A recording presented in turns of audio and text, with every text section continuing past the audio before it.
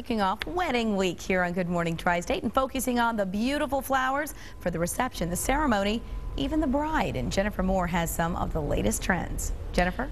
Well, Catherine, having the right bouquet and floral arrangement is a big part of planning the perfect wedding. And I spoke to a local florist to find out what Tri-State brides-to-be are really asking for.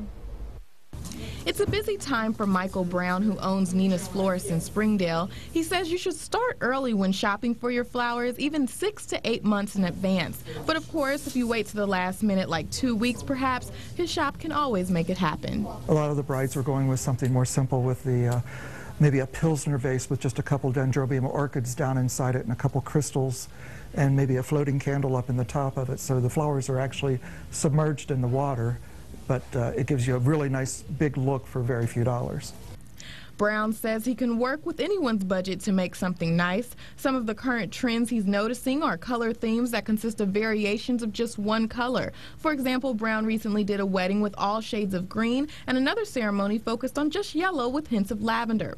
Smaller hand-tied bouquets are also a fave right now, and of course the royal wedding created an entirely new set of trends. It was a beautiful bouquet. It was a teardrop style bouquet, hand-wired, of all Lily of the Valley, Sweet William, a little bit of laurel. Lily of the Valley is quite expensive and it's hard to come by, and it really doesn't hold up well. Brown says getting the same bouquet as Princess Catherine will cost you between $400 and $800. But to save money, you can always get an artificial version, which of course is the much cheaper version. And another great way to have a nice floral arrangement on a budget is to focus on the party. Typically at the ceremony, you're not at the ceremony that long. So if you're very limited on budget, I do very minimal at the ceremony and try to put the biggest bang of your buck into the reception.